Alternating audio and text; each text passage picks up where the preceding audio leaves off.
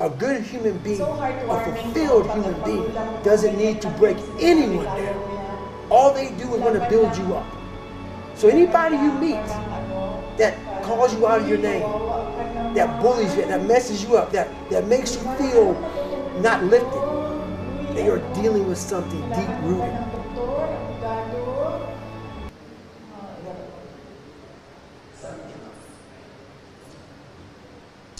Heartwarming kung ganyan yung concern ng magulang mo. Another question from my end.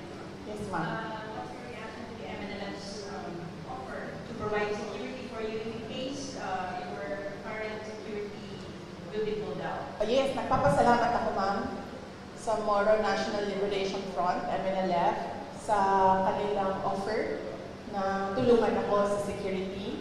But right now, meron na akong mga kaibigan